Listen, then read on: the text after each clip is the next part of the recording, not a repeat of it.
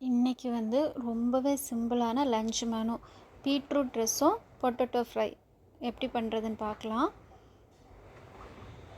நம்ம குழந்தைங்களோட லஞ்ச் பாக்ஸில் கண்டிப்பாக வாரத்துக்கு ஒரு நாள் இல்லைன்னா 2 நாள் ரச சாதம் நம்ம கண்டிப்பாக கொடுப்போம். அதுக்கு நார்மலாக ரசம் கொடுக்காம இந்த நெல்லிக்காய் ரசம், பீட்ரூட்டு, முருங்கைக்காய் இந்த மாதிரி வெஜிடபிள்ஸ் வச்சு நம்ம அவங்களுக்கு ரசம் கொடுக்கும்போது அது கொஞ்சம் கலர்ஃபுல்லாகவும் இருக்கும், ஹெல்த்துக்கும் ரொம்ப நல்லது, அதோட டேஸ்ட்டும் நல்லாயிருக்கும். நீங்கள் இந்த மாதிரி ட்ரை பண்ணி பாருங்கள். இன்றைக்கி எங்கள் வீட்டில் பீட்ரூட் ரசம் வாங்க எப்படி பண்ணுறதுன்னு பார்க்கலாம். இதுக்கு வந்து நான் ஃபஸ்ட்டு ஒரு பீட்ரூட் எடுத்திருக்கேன். அதை வந்து தோலெல்லாம் சீவிட்டு இந்த மாதிரி குட்டி குட்டியாக கட் பண்ணிக்கோங்க.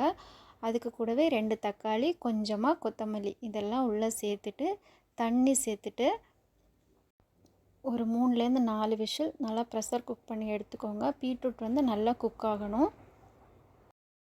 நம்ம குழந்தைங்களுக்கு கொடுக்குற லஞ்ச் பாக்ஸ் வந்து ரொம்பவே ஹெல்த்தியாகவும் இருக்கணும்னு நம்ம நினைப்போம். அதே மாதிரி அவங்க சாப்பிட்ருக்கணும். அதே மாதிரி வந்து கொஞ்சம் கலர்ஃபுல்லாக இருந்தாலும் அவங்களுக்கு அது ரொம்ப பிடிக்கும்.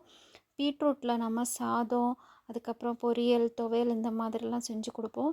ரசமும் நீங்கள் ட்ரை பண்ணி பாருங்கள், ரொம்ப நல்லாயிருக்கும், ஹெல்த்துக்கு ரொம்ப ரொம்ப நல்லது.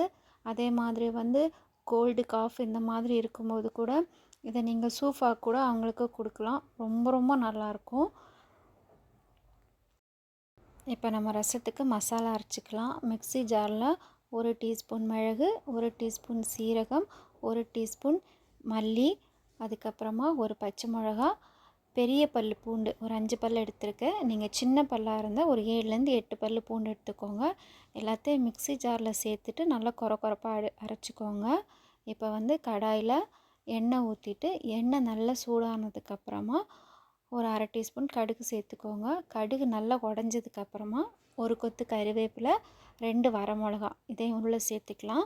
அதுக்கப்புறமா நம்ம வந்து அரைச்சி வச்சுருக்கோம் இல்லையா மசாலா, அதை உள்ளே சேர்த்துட்டு லோ ஃப்ளேமில் இதை குக் பண்ணுங்கள். மசாலா நல்லா குக் ஆனதுக்கப்புறமா நம்ம வேக வச்சுருந்த பீட்ரூட் இருக்கு இல்லையா, அதோட தண்ணியை ஃபஸ்ட்டு உள்ளே ஃபில்ட்ரு பண்ணி ஊற்றிக்கலாம். அதுக்கப்புறமா பீட்ரூட்டை மட்டும் மிக்ஸி ஜாரில் சேர்த்து நல்லா ஃபைன் பேஸ்ட்டாக அரைச்சி உள்ளே சேர்த்துக்கோங்க.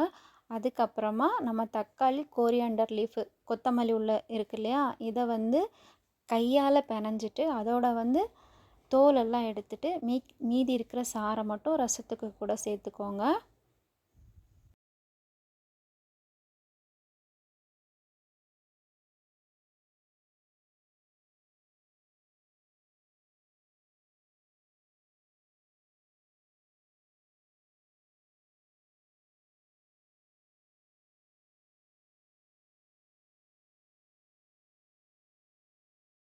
இந்த மாதிரி எல்லாம் உள்ளே சேர்த்ததுக்கப்புறமா உங்களுக்கு எவ்வளோ தண்ணி வேணுமோ அவ்வளோ தண்ணி உள்ளே சேர்த்துட்டு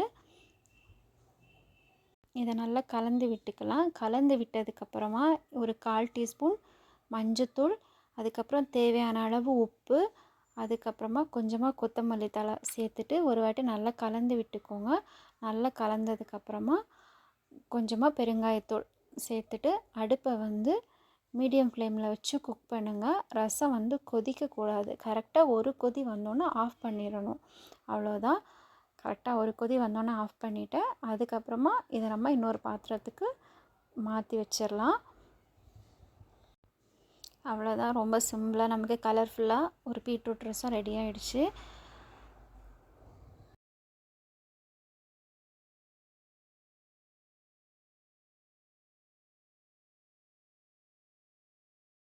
இப்போ நமக்கு ரசம் ரெடி ஆகிடுச்சு.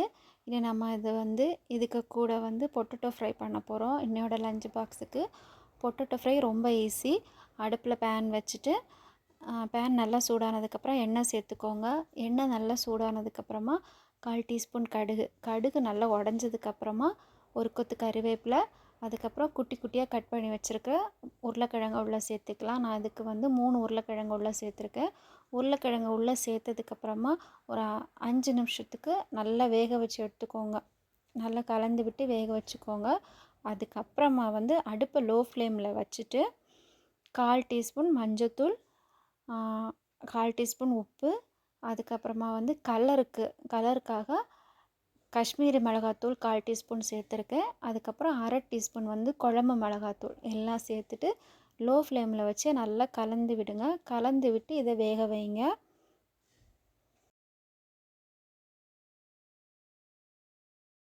இதில் வந்து தண்ணி எதுவும் சேர்க்க வேண்டாம். நீங்கள் லோ ஃப்ளேமில் வச்சு மூடி போட்டு நீங்கள் வேக வச்சிங்கனாலே போதும். அந்த ஹீட்லே ஸ்டீம் ஆகி உள்ள அழகாக குக் ஆகிடும். சீக்கிரமே வந்து உருளைக்கிழங்கு வந்து நமக்கு குக் ஆகிடும். ஒரு 70% வந்து குக் ஆனதுக்கப்புறமா ஒரு 2லேருந்து 3 பல் பூண்டு இதை நல்லா இடித்து உள்ளே சேர்த்துக்கோங்க. சேர்த்துட்டு அதுக்கப்புறம் ஒரு 10 நிமிஷம் குக் பண்ணிவிட்டு அடுப்பு ஆஃப் பண்ணிட வேண்டியதான். சீக்கிரமாக இது நமக்கு சரியாக ரெடி ஆகிடும். இதே மெத்தடில் நீங்கள் வாழைக்காய் வந்து ட்ரை பண்ணலாம். அதுவும் நல்லாயிருக்கும்.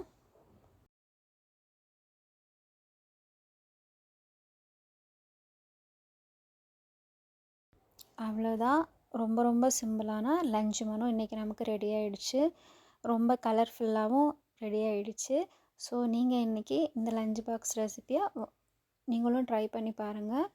ரொம்ப நல்லாயிருக்கும். ரொம்ப டேஸ்ட்டாக ரொம்ப கலர்ஃபுல்லாக அழகாக இருக்கும். நீங்களும் ட்ரை பண்ணி பார்த்துட்டு எப்படி இருந்துச்சுன்னு கமெண்ட்ஸில் சொல்லுங்கள். இன்னொரு நாள் இன்னொரு ரெசிப்பியில் உங்கள் எல்லோரையும் பார்க்குறேன். அது வரைக்கும் ரொம்ப